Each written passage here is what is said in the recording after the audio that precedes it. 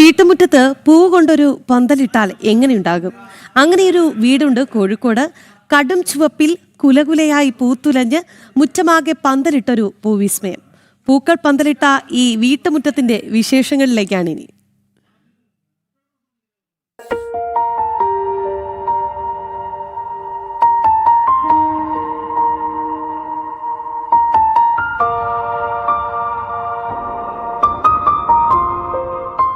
ഒരു വീടിനെ മനോഹരമാക്കാൻ വലിയ അലങ്കാരങ്ങളൊന്നും വേണ്ടെന്ന് ഈ പൂമുറ്റം നിശബ്ദമായി പറഞ്ഞു തരുന്നു.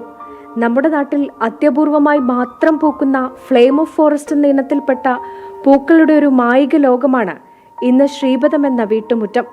ഈ വീട്ടുമുറ്റത്ത് പൂക്കൾ വെറുതെ പൂത്തു നിൽക്കുകയല്ല, ഒരു വീടിന്റെ സന്തോഷത്തിന് കൂടി നിറം പകരുകയാണെന്ന് വീട്ടുകാരനായ റിട്ടയർഡ് അധ്യാപകനായ ദേവരാജൻ പറയുന്നു.